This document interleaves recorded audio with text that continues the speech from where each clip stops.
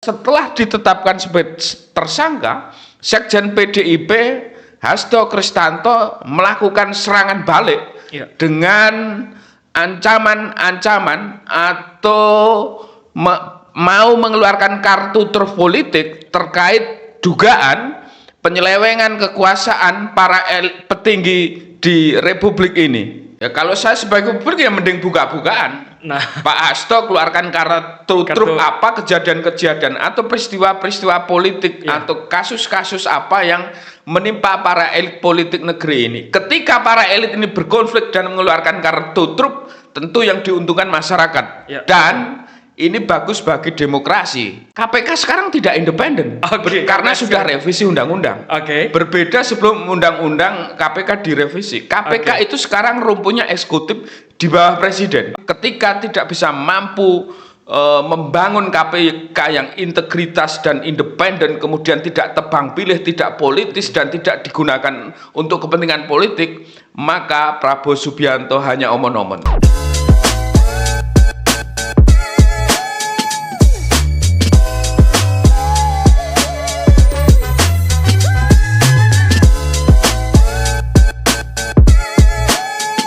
kembali lagi di podcast Data Kita, Data Untuk Kita. Pada episode kali ini kita akan mengulas sebuah fenomena menarik soal kasus dugaan korupsi yang mana di beberapa episode selanjutnya sebetulnya kita sudah membahas ini, cuma kita terus update dengan perkembangan ini, dan hari ini kita ingin mengetahui bagaimana analisis Mas Arief Nurul Imam selaku analis politik nasional dan juga Direktur Skala Data Indonesia, Direktur Eksekutif Skala Data Indonesia.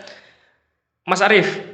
Iya, Mas. Pada 13 Januari lalu, Mas Arief, juru bicara KPK bernama Tessa Mahardika Sugiarto mengatakan bahwa tim penyidik tidak menahan Pak Hasto karena penyidik masih membutuhkan waktu untuk memeriksa beberapa saksi yang belum hadir.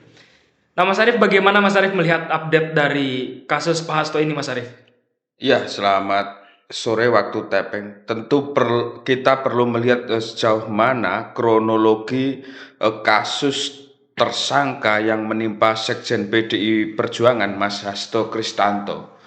Kita tahu bahwa kasus ini terjadi di tahun 2020 yang Komisioner KPU Wahyu Setiawan sudah menjadi tersangka, bahkan hari ini telah bebas ya. Terus kemudian kronologinya ketika secara politik PDIP berpisah dengan Presiden Jokowi yang sekarang menjadi mantan Presiden Jokowi, kasus ini kembali menguat, muncul di permukaan publik, dan pada 24 Desember kemarin jelang perayaan Natal, Hasto Kristanto ditetapkan sebagai tersangka oleh Komisi Pemberantasan Korupsi. Jika kita runut rangkaian peristiwa dari peristiwa sejak 2020 hingga penetapan tersangka, tentu ini menjadi pertanyaan. Kenapa waktu penetapan tersangka terlampau lama? Bahkan selaku penerima suap Wahyu Setiawan selaku komisioner KPU sudah bebas dari hukuman. Faktor lainnya terus kita lihat setelah ditetapkan sebagai tersangka, Sekjen PDIP Hasto Kristanto melakukan serangan balik dengan ancaman-ancaman atau mau mengeluarkan kartu truf politik terkait dugaan penyelewengan kekuasaan para petinggi di Republik ini. Ini tentu yang menarik, dan kemudian kemarin Hasto Kristanto kembali lagi dipanggil KPK, tetapi ironinya tidak ditahan oleh KPK setelah diperiksa selama 3,5 jam.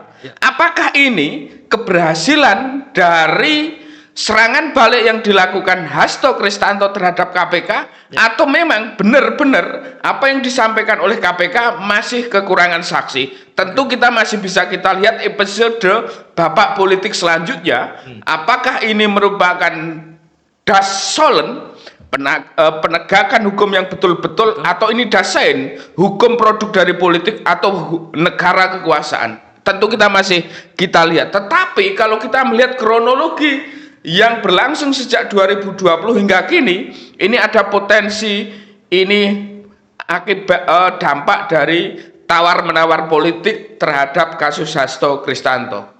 Dugaan tentu saja. Tentu kita lihat apakah kemudian proses selanjutnya Hasto tersangka dan ditahan kemudian kena hukuman, atau kemudian Hasto Kristianto yang saat ini mengajukan PK itu bisa bebas. Oke.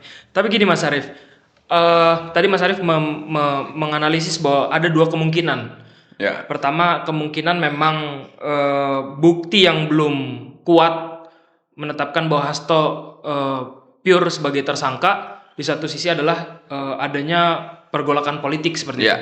Bahkan kita tahu Bu Mega sempat ada isu soal, walaupun sudah dibantah oleh Dasko seperti itu, Pak Dasko, bahwa katanya Bu Mega telepon Pak Prabowo seperti itu dan lain sebagainya, itu dikait-kaitkan dengan kasus Hasto. Tapi gini Mas Arief, kalau Mas Arief lihatnya, apakah ini ada intervensi politik di dalam kasus PDI Perjuangan ini, Mas? Ya, tentu ketika melihat peristiwa hukum yang menimpa Sekjen PDI Perjuangan, tentu tidak lepas dari konteks politik, mengingat secara kronologis peristiwa ini telah berlangsung jauh-jauh 5-4 tahun lalu.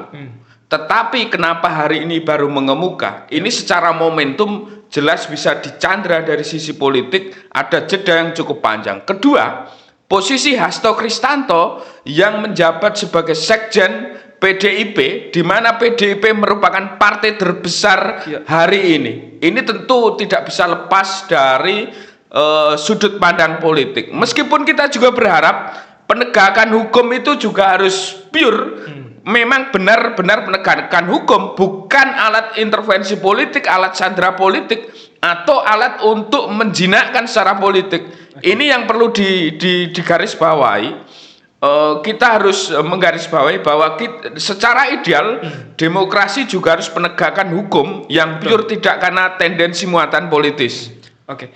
Tadi Mas Arief menyinggung bahwa ini harus terbuka proses hukumnya seperti itu. Ya, kalau saya sebagai publik ya mending buka-bukaan. Nah, Pak Hasto keluarkan kartu truk apa, kejadian-kejadian atau peristiwa-peristiwa politik atau kasus-kasus apa yang menimpa para elit politik negeri ini. Ketika para elit ini berkonflik dan mengeluarkan kartu truk, tentu yang diuntungkan masyarakat. Dan ini bagus bagi demokrasi. Oke. Tapi mengapa Mas Arief, Pak Hasto ini belum mengeluarkan kartu atau bukti-bukti yang dia bilang bahwa ada disimpan di Rusia, ada di Bukoni dan lain sebagainya itu, Mas Arief? Kenapa belum dimunculkan kepada publik?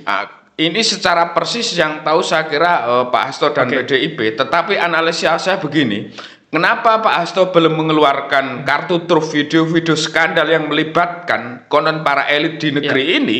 Tentu ada beberapa hal yang dipertimbangkan. Pertama, soal momentum politik atau waktu. Bisa jadi Pak Hasto itu melihat ini belum waktunya untuk mengeluarkan kartu truf tersebut. Kedua, kenapa video-video yang diklaim sebagai skandal politik para elit itu belum dikeluarkan? Bisa jadi ini menjadi alat tawar-menawar politik untuk menekan pihak-pihak yang selama ini PDI menganggap ini politisasi hukum. Oke, tapi gini Mas Arief, sebelum jauh, Mas Arief bilang bahwa bukti yang dipegang Hasto ini bisa jadi sebagai daya tawar hukum seperti itu. Tapi kan serangan balik. Tapi kan kita tahu KPK itu independen, atau seperti apa Mas Arief melihat itu? KPK sekarang tidak independen, karena sudah revisi undang-undang. Berbeda sebelum undang-undang KPK direvisi. KPK itu sekarang rumpunya eksekutif di bawah presiden.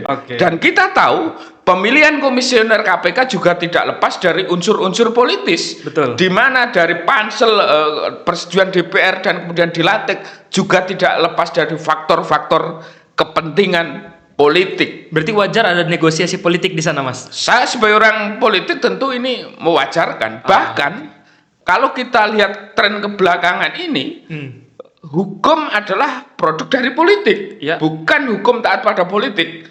Dasein lebih cenderung menguat dan Dasolen cenderung lebih mengecil atau berkurang, dan ini terlihat dari turunnya indeks demokrasi kita. Oke, berarti ada kemungkinan juga Mas Arief ke depannya kasus-kasus korupsi ini sulit untuk ditegakkan. Ya, kalau tidak fair artinya kasus hukum hanya digunakan sebagai alat sandera politik, alat untuk melakukan tekanan politik, tentu peristiwa-peristiwa korupsi, peristiwa-peristiwa hukum yang melibatkan skandal para elit politik akan sulit dibuka. Ketika elit tersebut merapat atau dekat dengan kekuasaan, maka cenderung dilindungi, dan kemudian sebaliknya elit-elit politik yang terlibat kasus-kasus korupsi atau skandal hukum cenderung akan digilas atau kemudian ditersangkakan atau dijadikan kartu truf untuk memaksa kehendak politiknya agar mengikuti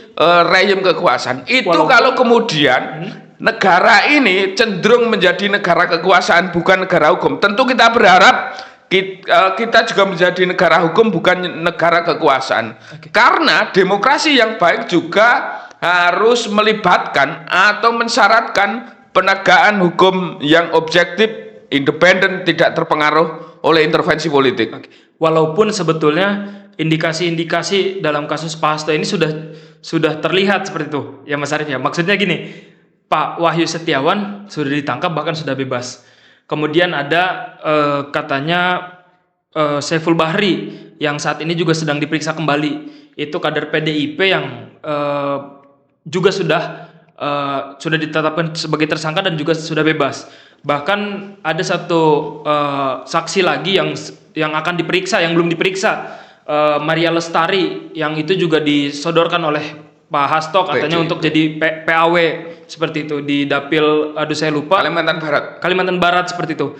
Nah, walaupun beberapa aktor ini sudah ditetapkan sebagai tersangka dan sudah bebas seperti itu, tapi kenapa proses hukum ini lama, Mas? Itu yang kemudian saya sebutkan atau saya katakan, atau publik banyak yang menilai ini kental nuansa politisnya. Dari di sisi durasi waktu, tentu ini terjadi jeda yang cukup panjang, 4-5 tahun. Padahal peristiwa hukumnya sudah terjadi 2020. Kalau kemudian misalnya Mas Hasto ini betul-betul terlibat, tentu di 2020 harus tersangka juga. Tetapi kenapa justru baru ditersangkakan di Desember 2024, di mana secara politik PDIP berada di luar kekuasaan dan pecah kongsi dengan mantan kadernya yang bernama Joko Widodo. Ada cawe-cawe Mas dari Pak Jokowi. Kira-kira asumsi PDIP selama ini ada cawe-cawe Pak Jokowi seperti yang disampaikan dalam video yang disampaikan oleh Pak Hasto, bahwa ini akibat PDIP menolak misalnya 3 periode. Terus kemudian Hasto Kristanto juga diintimidasi untuk mengundurkan diri dari sekjen PDIP. Asumsi dari PDIP ini karena ada cawe-cawe Jokowi, karena komisioner terpilih hari ini adalah orang-orang yang diseleksi ketika presiden di masa periode Presiden Joko Widodo. Tapi gini Mas Arief, ketika kita melihat kerumitan dan keruwetan masalah ini Mas Arief, kira-kira langkah konkret apa yang perlu dilakukan oleh pemerintah, dalam artian entah itu KPK, entah itu presiden, ataupun juga mungkin bisa dilihat dari segi legislatif, melihat bagaimana pengawasan regulasi dan lain sebagainya. Kira-kira langkah konkret apa yang perlu dilakukan? Saya kira apa yang harus dilakukan, tentu Presiden Prabowo Subianto perlu menegakkan KPK sebagai instrumen hukum, bukan instrumen politik. Dan saya yakin Pak Prabowo memiliki komitmen tersebut, dan kemudian bagi masyarakat, bagi pemilih, bagi warga negara mendukung apa yang hendak menjadi cita-cita Prabowo Subianto. Kalau kemudian Pak Prabowo tidak mampu tersebut, tentu hanya menjadi janji kampanye yang omon-omon, pengen menangkap koruptor sampai Antartika. Tetapi ketika tidak bisa mampu membangun KPK yang integritas dan independen, kemudian tidak tebang pilih, tidak politis, dan tidak digunakan untuk kepentingan politik, maka Prabowo Subianto hanya omon-omon. Tetapi kalau berhasil, tentu kita apresiasi. Dan kalau kita lihat sepak terjang Pak Prabowo Subianto selama ini, tentu kita memiliki optimisme bahwa Prabowo mampu untuk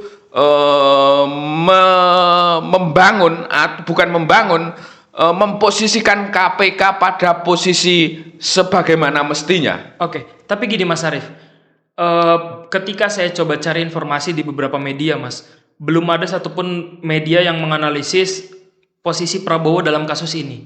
Nah, kalau saya menanyakan ke Mas Arief, mengapa Pak Prabowo belum ada quotes and quotes pernyataan kah, atau mungkin melalui Padasko atau melalui Presidential Communication Office dan lain sebagainya? Kira-kira mengapa itu belum dilakukan oleh pihak pemerintah dalam artian presiden selaku kepala negara, Mas? Saya kira kalau secara langsung bisa jadi tidak akan dilakukan, tapi pesan-pesan yang telah disampaikan dari berbagai forum, entah di forum pemerintah atau forum-forum kenegaraan yang lainnya, yang saya lihat ada komitmen dari Pak Prabowo Subianto dalam pemberantasan korupsi. Kalau kemudian dalam kasus ini belum ada pernyataan, tentu Pak Prabowo Subianto tidak akan gegabah melihat situasi peristiwa hukum tersebut, karena kita tahu ini antara campur aduk antara peristiwa hukum dan peristiwa politik di satu sisi. Di sisi lain Pak Prabowo Subianto juga perlu menjaga keseimbangan politik antara Megawati Soekarno Putri dan Joko Widodo. Oke, nah berbicara Bu Mega, Mas Arief ya, Pak Prabowo sudah punya hubungan lama dengan Bu Mega. Bahkan kalau Mas Arief pasti sudah lihat ada video Mbak Puan yang di HUT PDIP ke-52 kemarin.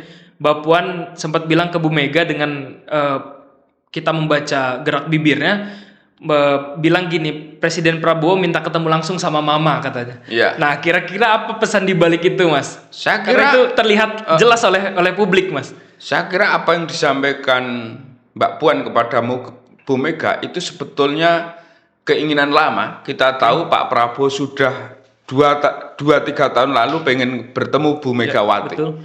Kalau kemudian itu disampaikan oleh Mbak Puan tentu sangat wajar, karena kita tahu Mbak Puan juga merupakan ketua DPR dan cenderung bisa berkomunikasi dengan stakeholder politik lainnya termasuk Presiden Prabowo Subianto. Kalau kemudian terjadi pertemuan antara Prabowo Subianto dan Megawati Soekarno Putro, tentu ini akan mengubah konfigurasi politik secara nasional baik di pemerintah maupun legislatif. Potensi itu tentu ada. Kalau kemudian misalnya PDIP tidak masuk di koalisi Indonesia Maju, tetapi tidak akan menjadi oposan radikal. Ya. Jadi ada kemungkinan besar yang itu lebih jauh dari isu Hasto seperti itu, Mas? Iya, saya kira Hasto ini merupakan peristiwa politik yang bisa memantik perubahan konfigurasi politik, baik itu relasi antar elit besar Megawati, Prabowo, dan Joko Widodo, tetapi juga bisa mengubah konfigurasi politik pemerintahan, baik itu dalam koalisi pendukung pemerintah maupun konfigurasi di Senayan. Oke, tapi Mas Arief mungkin sebelum kita menutup sesi podcast ini, tadi Mas Arief memberikan analisis bahwa jika memang Pak Prabowo bertemu dengan Bu Mega, ada kemungkinan PDIP tidak menjadi oposisi yang radikal. Ya, atau kalau tidak masuk ke Kim seperti itu ya. Nah, kira-kira apa yang akan terjadi ketika pemerintahan ya seperti itu? Ya, saya kira kalau kemudian PDIP misalnya Pak Prabowo ketemu Bu Mega dan kemudian berkomunikasi dan sepakat, bisa jadi PDIP memilih di luar pemerintah, tidak bergabung dalam kabinet, tetapi PDIP menjadi mitra yang berada di luar pemerintah. Artinya tidak akan ada kritik-kritik yang keras terhadap kebijakan Prabowo Subianto. Tetapi sebaliknya, jika misalnya PDIP masuk dalam pemerintah, tentu PDIP akan mendukung penuh apa yang menjadi kebijakan Presiden Prabowo Subianto. Tetapi kalau yang saya baca di berbagai media, kecenderungan PDIP mendukung pemerintah, tetapi tidak masuk dalam kabinet. Oke. Apakah karena ada Mas Gibran? Mungkin pertanyaan terakhir di sana. Itu bisa jadi salah satu pertimbangan atau variabel politik mengapa memilih di luar pemerintahan. Tetapi kita tidak tahu, misalnya di momentum misalnya 2-3 tahun ke depan, apakah kemudian PDIP masuk di pemerintah bisa jadi karena jelang Pilpres misalnya kalau terjadi rivalitas Prabowo Subianto dengan Gibran Rakabuming, misalnya Mas Gibran pengen maju sebagai capres, tentu akan menjadi rival bagi Pak Prabowo dan Pak Prabowo kemudian membangun kongsi politik baru. Dan itu tidak mustahil. Tidak mustahil. Iya, sangat mungkin terjadi. Apalagi kita tahu Mas Gibran ini punya proyeksi politik. Betul. Dan masih muda. Ke depan masih muda. Oke, mungkin terakhir Mas Arief untuk menutup sesi podcast pada siang hari ini, tagnya siang ya. Bagaimana sebetulnya Mas Arief, apa yang harus dilakukan partai politik dan tokoh publik untuk memastikan bahwa integritas dan jika ada kasus-kasus seperti ini itu tidak terjadi lagi, Mas? Saya kira partai politik terutama para elitnya perlu memiliki standar ideologi yang kuat sehingga mereka bisa menjaga idealisme dan integritasnya. Ketika integritas dan idealisme terjaga tentu tidak mudah disandra politik oleh lawan-lawan politiknya dengan misalnya kasus-kasus kasus-kasus hukum atau kasus-kasus tercela lainnya. Kalau kemudian seorang elit politik itu bersih, tidak ada celah, tentu akan sangat sulit bagi lawan politik untuk menyandra secara politis dan kemudian tunduk dan takluk pada kepentingan taktis dan pragmatis. Oke. Terima kasih Mas Arief atas analisis dalam podcast. Ini isu menarik dan saya kira sampai PK peninjauan kembali yang diajukan Pak Hasto akan menjadi penentu apakah ini merupakan peristiwa politik atau peristiwa hukum. Oke. Nah, ini tentu akan kita lihat di pengadilan PK. Kalau kemudian ini berhasil, bisa jadi apa yang dilakukan Sekjen PDIP Hasto Kristianto melakukan serangan balik dengan mengeluarkan kartu truf itu secara politik bisa dianggap berhasil. Oke. Kita tunggu teman-teman para pemirsa tentang analisis kemungkinan dari Mas Arief Nurul Imam. Jadi kalau misalnya teman-teman ada analisis sendiri atau mau berpendapat bisa di kolom komentar dan jangan lupa share, like dan juga komen dan dukung channel podcast Data Kita ini untuk lebih maju ke depannya. Terima kasih Mas Arief atas kesempatannya. Sampai jumpa dan salam politik dan semuanya.